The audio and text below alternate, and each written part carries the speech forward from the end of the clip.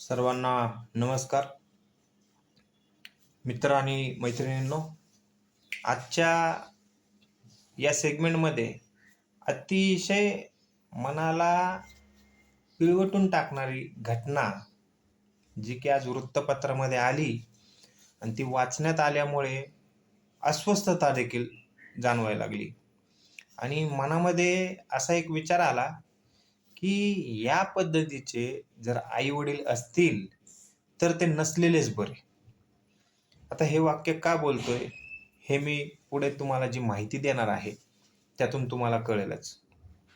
पण तत्पूर्वी एक सेक्शन जे आपलं इंडियन पिनल कोडमध्ये आहे ते सांगतो आणि आपल्या केसशी ते कसं संबंधित आहे ते आपल्याला लक्षात येईल.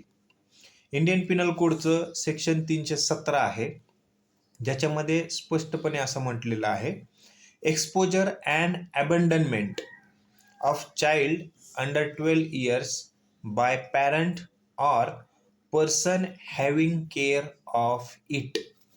आता हे काय आहे, तर हे आहे जी मुले वयाच्या 12 वर्षाच्या आतील आहेत, त्यांचे आई वडील किंवा जे कोणी त्यांचा सांभाळ करत आहेत, अशा व्यक्तींनी, जे 12 वर्षाच्या आतील मुलं मुली आहेत यांच्या पालकांनी किंवा ज्यांच्याकडे ही जबाबदारी आहे अशा व्यक्तींनी जर त्यांचा सांभाळ न करता त्यांना टाकून दिलं, त्यांना वाऱ्यावर सोडून दिलं, त्यांची जबाबदारी झटकून टाकली, तर त्यांना कायद्यामध्ये शिक्षेची तरतूद आहे.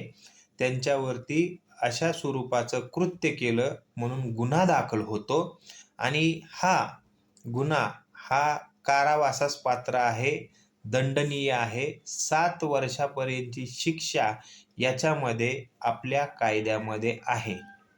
आपल्या आसपास जर अशा पद्धतीनं 12 वर्षाखालील मुलामुलींचा कोणी त्याग केलेला असेल, जबाबदारी झटकून गेलेला असेल, पळून गेलेला असेल, आपल्या ज्या काही इच्छा आकांक्षा आहेत अशा आई वडील मुलांचा त्याग करून कोणासोबत तरी पळून जातात आणि त्यांना वाऱ्यावर सोडतात, तर त्यांच्यासाठी हा आपला जो कायदा आहे तो फार महत्त्वाचा आहे. आसपासच्या लोकांनी जागृत व्हावे.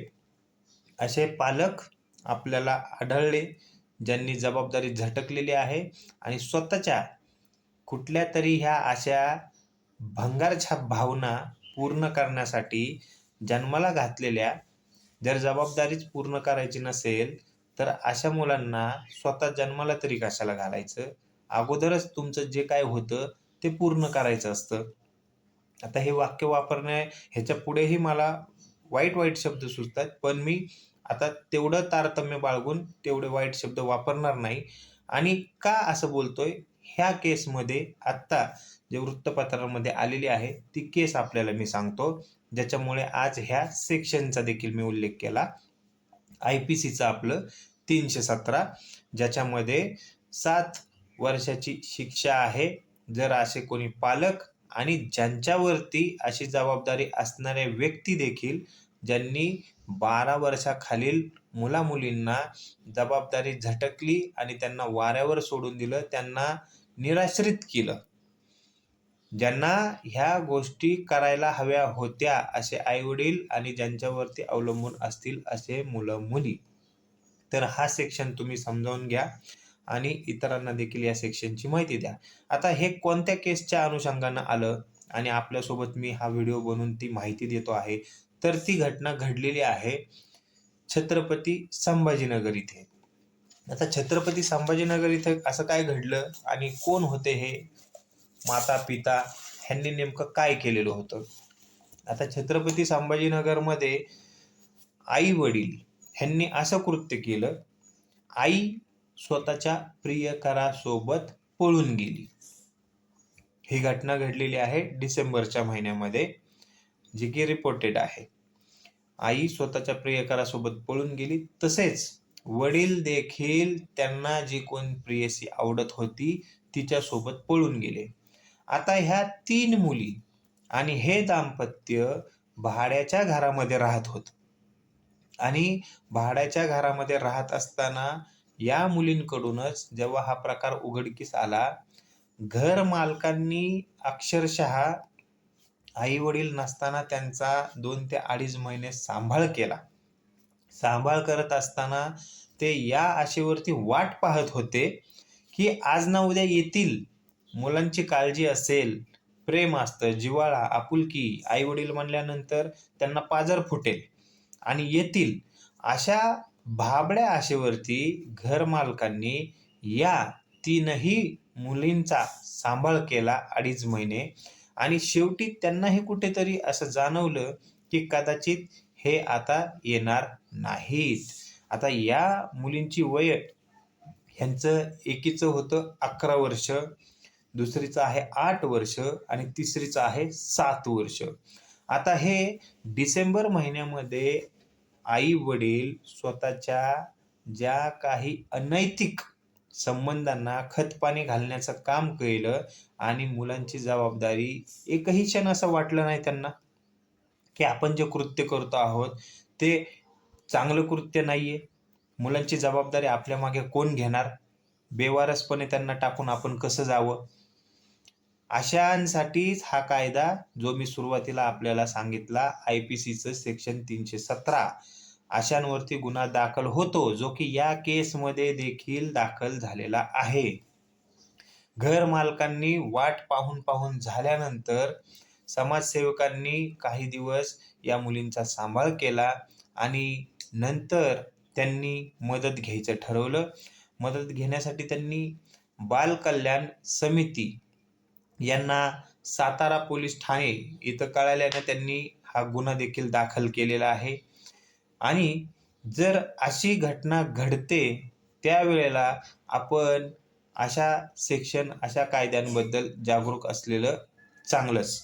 जसं की ह्या घटनेमध्ये या घरमालकांनी ती जागरूकता दाखवली आणि आईबाप येतील म्हणून 2.5 महिने ते वाट पाहत राहिले. पण दुर्दैव म्हणावं लागेल या बिचाऱ्या मुलांचं, की त्यांच्या नशिबी असे आई वडील आले.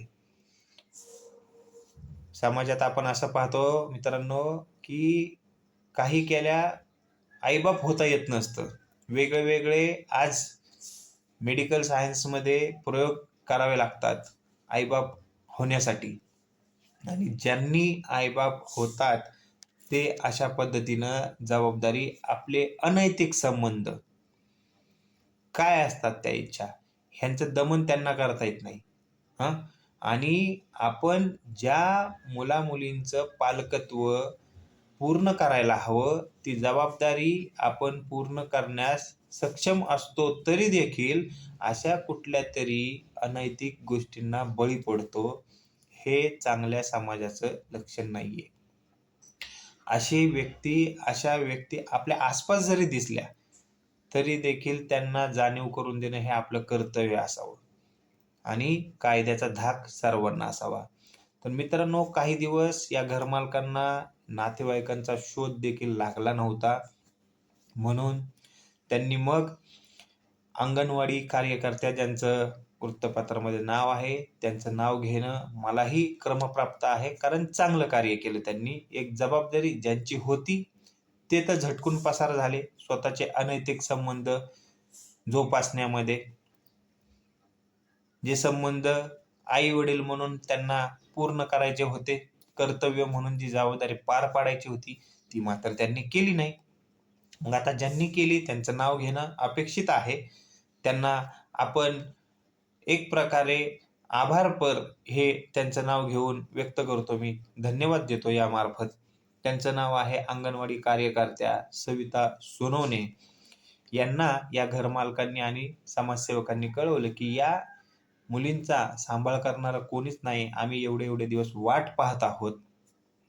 आई प्रियकरासोबत पळून गेली, वडील प्रेयसीसोबत पळून गेले. डिसेंबर महिन्यापासून हा प्रकार असा घडलेला आहे आणि अक्षरशः मुली दरवेळेला रडून टाहो फोडून आई-वडिलांची वाट पाहत आहेत. पण त्यांना या निर्दयी आई-वडिलांना काय? ते त्यांचे शरीराचे भोग मिटवण्यात व्यस्त. असे आईबाप नसलेलेच चांगले. आणि या प्रकारची माणसं आपल्या समाजात आहेत. सामाजिक कार्यकर्ते सविता सोनवणे यांना कळवले. त्यांनी बालकल्याण समितीकडे हे प्रकरण नेले, ज्याचे अध्यक्ष, त्यांचंही नाव मी आवर्जून याच्यामध्ये उल्लेख करतो, ॲडव्होकेट आशा शेरखाने कटके. मग यांनी या प्रकरणामध्ये आदेश केला आणि आदेश करून छावणीच्या बालगृहाच्या अधिकाऱ्यांनी आता मुलींना ताब्यात घेतलेला आहे. म्हणजेच त्यांचा अशा माता-पिता जे आहेत, जे निर्दयी आहेत, स्वतःचे अनैतिक संबंध जोपासण्यात मग्न आहेत, जबाबदारीचं भान नाही, वयाचं भान नाही, आपण किती अपत्य जन्माला घातली ह्यांच्याबद्दल त्यांना गांभीर्य नाही, आपल्यानंतर यांचं काय होणार ह्याबद्दल तर काही तीळ मात्र त्यांच्या मनामध्ये विचार देखील येत नसेल. तर अशा समितीचं आपण आभार मानलं पाहिजे. आणखीन उपनिरीक्षक नंदकुमार भंडारे साहेब यांनी असं सांगितलं की तपासादरम्यान जी माहिती त्यांच्या समोर आली, त्या माहितीमध्ये असं लक्षात आलं की आई जी आहे तिच्या प्रियकरासोबत राहत आहे आणि सध्या वडिलांचा देखील शोध सुरू आहे.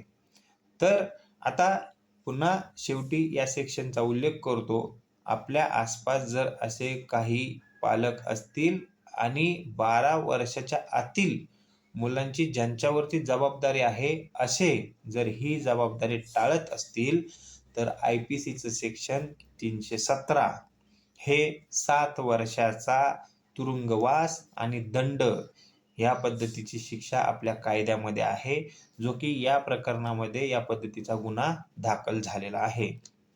फार हळहळ वाटली जेव्हा हे वृत्त समजलं आणि अशा पद्धतीची माणसं आपल्या समाजामध्ये आहे, ज्यांना आपण माणसं म्हणावं का? जंगलामध्ये स्वतःची फॅमिली सोडून पशुपक्षी देखील जात नाहीत आणि त्यांची उपमा देऊन यांना त्या बिचाऱ्या प्राण्यांचा, पशुपक्ष्यांचा अपमान मी करू इच्छित नाही. तर अशा 2 पायाच्या काय म्हणावं आता, श्वापद म्हणावं का? या श्वापदांना, अशांना कायद्याचा जाच आहे. अशांना कायद्याचा आपण धाक दाखवावा आणि घडत असलेली घटना घडू नये यासाठी देखील आपली एक सामाजिक जबाबदारी आहे, म्हणून ते आपण पार पाडावी. चॅनलवरती नवीन असाल तर चॅनलला लाईक, शेअर आणि सबस्क्राईब करायला विसरू नका. धन्यवाद.